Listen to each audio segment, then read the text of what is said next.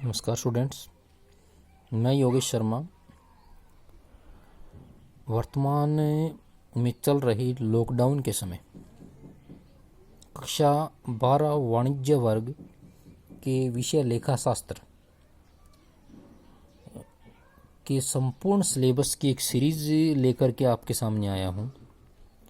तो आज अपना जो फर्स्ट वीडियो रहेगा वो रहेगा सिलेबस पर आधारित, यानी पूरे सिलेबस में हमें किस चीज़ का अध्ययन करना है उस चीज़ के बारे में हम आज चर्चा इस पर कर रहे हैं। जो अपना यूट्यूब चैनल है वो है अकाउंटेंसी विथ मिस्टर शर्मा। तो सबसे पहले अपन देख लेते हैं कि अपना जो पेपर आता है बोर्ड पैटर्न पे उसका कुल पूर्णांक होता है वो है अपना 80 नंबर का। उसी के आधार पर अपना बुक में सिलेबस भी दिया गया है और उसी के आधार पर आज अपन उस सिलेबस को स्टडी भी कर रहे हैं। देखिए, जो कुल सिलेबस है वो डिवाइड है 2 यूनिट्स में, भाग ए और भाग ब। पार्ट ए है वो 60 नंबर का है और पार्ट बी है वो 20 नंबर का है। पार्ट ए की मैं सबसे पहले बात करता हूँ तो पार्ट ए में कुल चैप्टर हैं 9 और जो 9 चैप्टर हैं उनका कुल अंक भार मैंने आपको बताया कितने नंबर का है, 60 नंबर का। अगर इसको मैं मोटे तौर पर बांटूं तो चैप्टर नंबर 1 से 4 के जो चैप्टर हैं वो हैं साझेदारी के, यानी एक पोर्शन हो गया अपना साझेदारी बिजनेस का। चैप्टर नंबर 5 और 6 ये 2 चैप्टर अपने हैं कंपनी के, तो दूसरा पोर्शन हो गया कंपनी का। चैप्टर नंबर 7 अलग है, 8 अलग है और 9 अलग है। इनके बारे में थोड़ा सा विस्तृत तौर पे अपन पढ़ते हैं। सबसे पहला जो अपना चैप्टर आता है वो आता है साझेदारी का सामान्य परिचय। इस चैप्टर में अपन देखेंगे कि साझेदारी कहते किसे हैं, साझेदारी के लिए वर्तमान में भारत में कौन सा अधिनियम कार्य कर रहा है, साझेदारी की मूलभूत विशेषताएं क्या हैं, साझेदारी बिजनेस करने के लिए क्या क्या प्रावधान किए जा रहे हैं, साझेदारी संलेख किसे कहते हैं और साझेदारी संलेख के अभाव में लागू होने वाले नियम कौन कौन से हैं। ये तो यहाँ पर अपन थ्योरिकल पोर्शन पढ़ेंगे।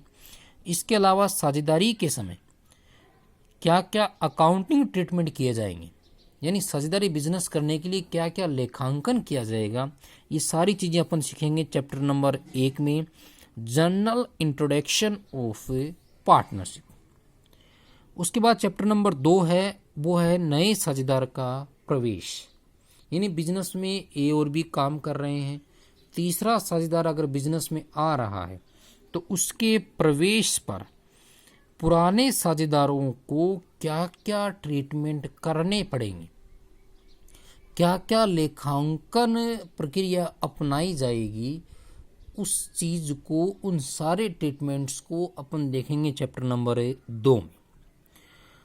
चैप्टर नंबर जो 3 है वो है साझेदार के अवकाश ग्रहण व मृत्यु पर लेके, यानी बिजनेस से चल रहा है पार्टनरशिप का, पार्टनरशिप के चलते हुए बिजनेस में से किसी साझेदार ने या तो रिटायरमेंट ग्रहण कर लिया हो या किसी साझेदार की क्या हो गई हो, मृत्यु हो जाए, उस कंडीशन में क्या क्या ट्रीटमेंट किए जाएंगे, क्या क्या लेखांकन प्रक्रियाएं अपनाई जाएगी, ये सारी चीज़ें हम सीखेंगे चैप्टर नंबर 3 में। चैप्टर नंबर 2 और 3 ये दोनों पार्ट हैं साझेदारी के पुनर्गठन के, रिकंस्ट्रक्शन ऑफ पार्टनरशिप। मैं थोड़ा सा यहाँ पर समझाने का प्रयास कर रहा हूँ कि जब साझेदारों के मध्य वर्तमान समझौते में परिवर्तन हो जाए तो उसे बोलते हैं साझेदारी का पुनर्गठन। जैसे मैं आपको बताऊं कि बिजनेस में पहले ए और बी थे, नया साझेदार सी आ गया तो उनके वर्तमान समझौते में परिवर्तन हो गया कि नहीं हो गया। पहले ए बी सी थे, सी चला गया, अब ए और बी बच गए, उनके वर्तमान समझौते में परिवर्तन हो गया कि नहीं हो गया। इस कंडीशन को अपन बोलते हैं साझेदारी का पुनर्गठन। तो चैप्टर नंबर 2 और 3 है साझेदारी के पुनर्गठन के, और चैप्टर नंबर जो 4 है वो है साझेदारी फर्म का समापन, dissolution of A firm. Dissolution of firm का मतलब हो गया साझेदारी की पूरी फर्म का ही बिजनेस क्या कर देना, बंद कर देना। तो इस चैप्टर में अपन सीखेंगे इस फर्म के समापन का अर्थ क्या है, फर्म के समापन और साझेदारी समापन में अंतर क्या है, साझेदारी फर्म के समापन करने का वैधानिक तरीका क्या है, और साझेदारी जो फर्म है उसको समापन करने के तरीके कौन कौन से हैं। ये तो होगा यहाँ पर थ्योरिकल पोर्शन। अगर अकाउंटिंग पोर्शन की मैं बात करूँ तो साझेदारी फर्म के समापन पर किए जाने वाले लेखांकन खाते, कौन कौन से खाते बनाए जाते हैं वो अपन सीखेंगे। ये सारी चर्चा करेंगे अपन चैप्टर नंबर 4 में। मित्रों टोटल जो पार्टनरशिप की बात करूँ मैं, ये अपने सिलेबस में लगती है 25 नंबर की, 25 नंबर की। 25 नंबर का इसका अंक भार रहेगा, जिसमें चैप्टर नंबर 1 और जो 4 है इन दोनों का अंक भार है 5-5 नंबर का, और चैप्टर नंबर 2 और 3 है इनका जो अंक भार है वो 15 नंबर का है। इस हिसाब से ये 25 नंबर का अपना पोर्शन पूरा करती है। उसके बाद मैं बात करूं चैप्टर नंबर 5 की, कंपनी लेखें। कंपनी लेखों में अपन सीखेंगे अंशों व ऋण पत्रों का निर्गमन। ये अपने सिलेबस में है, issue of shares and debentures. Company कहते किसे हैं इसको थोड़ा सा मैं बता देता हूँ।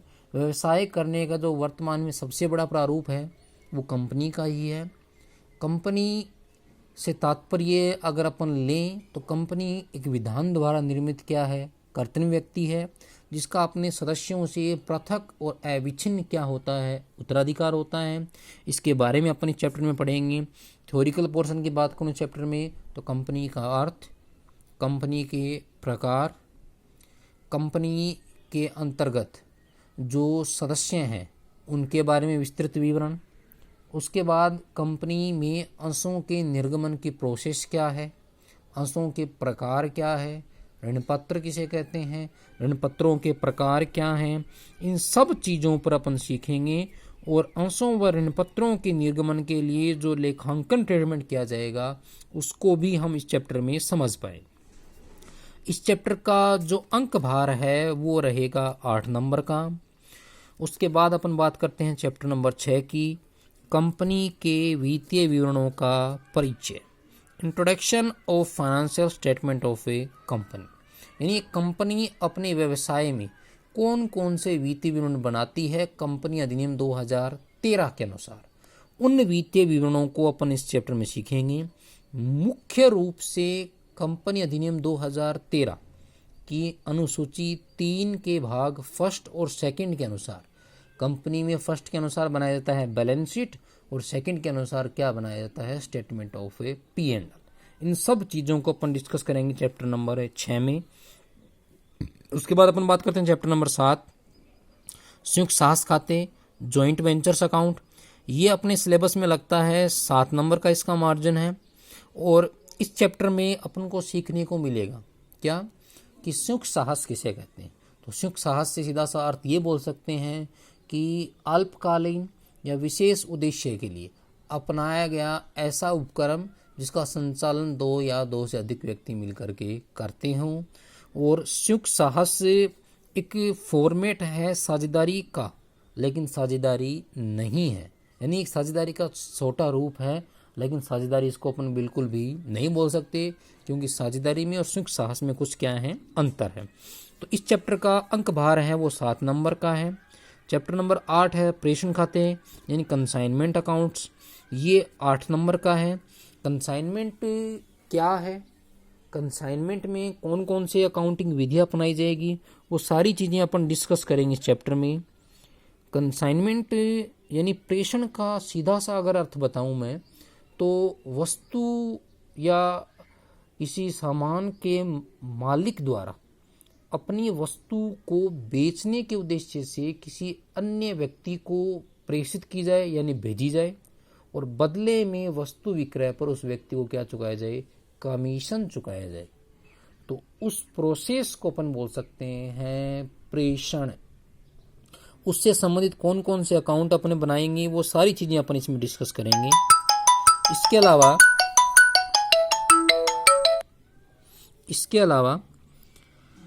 अलावा अपन देखें तो जो चैप्टर नंबर अपना है 9, गैर व्यापारिक संस्थाओं तथा पेशेवर व्यक्तियों के लेखे, accounting for non trading organisation और प्रोफेशन पर्सन्स, ये इसका अंक भार अपने यहाँ है 8 नंबर का। और इस चैप्टर में सबसे पहले गैर व्यापारिक संस्थाएं कौन सी होती है? ऐसी संस्थाएं जिनका उद्देश्य व्यवसाय करना या लाभ कमाना नहीं हो, वो तो होती है गैर व्यापारिक संस्थाएं। तथा इन संस्थाओं में अगर अपन उदाहरण देखें तो गैर व्यापारिक संस्थाओं में समाज सेवा के उद्देश्य जो संस्थाएं स्थापित की गई हैं, जैसे मैं आपको बताऊं विद्यालय, खेल क्लब, पुस्तकालय, ये सारे उदाहरण हैं वो गैर व्यापारिक संस्थाओं के हैं। तथा पेशेवर व्यक्तियों से ऐसे व्यक्तियों से हैं जो व्यक्ति किसी विशिष्ट ज्ञान के आधार पर अपने कस्टमर्स को निश्चित सेवाएं प्रदान करते हैं और बदले में एक निश्चित शुल्क फीस के रूप में प्राप्त करें। उन व्यक्तियों के लेखे किस प्रकार किए जाते हैं, यानी उनकी आय का जो विवरण है वो कौन से अंतिम खातों के माध्यम से तैयार किया जाता है, ये सारी चीज़ें अपन सीखेंगे चैप्टर नंबर 9 में। ये चैप्टर 1 से लेकर के 9 तक अपने हैं जो पार्ट ए को कंप्लीट करते हैं। उसके बाद अपन बात करते हैं पार्ट बी की। तो पार्ट बी में कुल चैप्टर्स हैं 3 हैं। आपको फिर बता दूं कि पार्ट बी है वो ऑप्शनल है। इसके ऑप्शन में अपन को मिलेंगे वो कंप्यूटर से रिलेटेड क्वेश्चन मिलेंगे, तो वो अपने लिए इंपॉर्टेंट नहीं होंगे क्योंकि हम सिर्फ अकाउंटिंग पोर्शन की चर्चा कर रहे हैं। देखिए इसमें चैप्टर नंबर 10 है और 11 ये आपके लिए रहेंगे फाइनेंशियल जो मैनेजमेंट है उसके पोर्शन है, यानी वित्तीय प्रबंध है उससे संबंधित है। चैप्टर नंबर जो 10 है वित्तीय विवरणों का विश्लेषण, यानी जो वित्तीय विवरण अपने बनाने सीखेंगे चैप्टर नंबर 6 में, उनका विश्लेषण कैसे कर पाएं।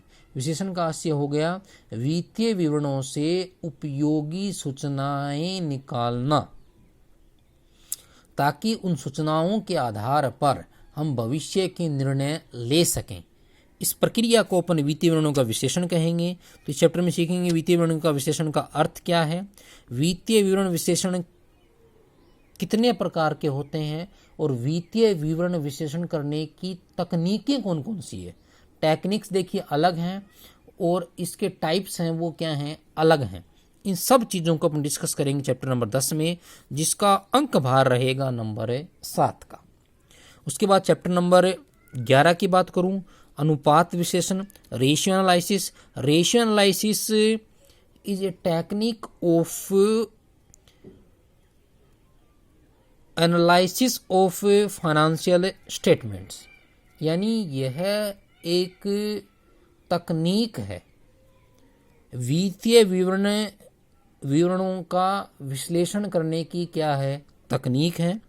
तो इसका अंक भार रहेगा 9 नंबर का।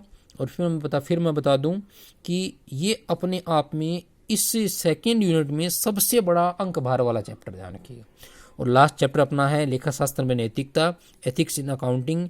इसका अंक भार रहेगा 4 नंबर का। और एथिक्स इन अकाउंटिंग का तात्पर्य ये है कि प्रत्येक कार्य में प्रत्येक व्यक्ति की कुछ न कुछ सामाजिक रिस्पॉन्सिबिलिटी रहती है।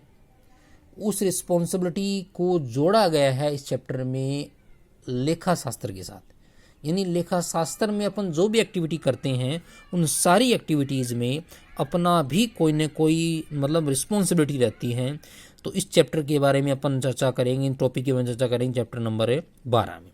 तो ये अपना पूरा सिलेबस है जिसको अपन क्रम से पढ़ेंगे और इस पूरे लॉकडाउन के समय में अपन इस पूरे सिलेबस को ढंग से कवर करेंगे। Thank you.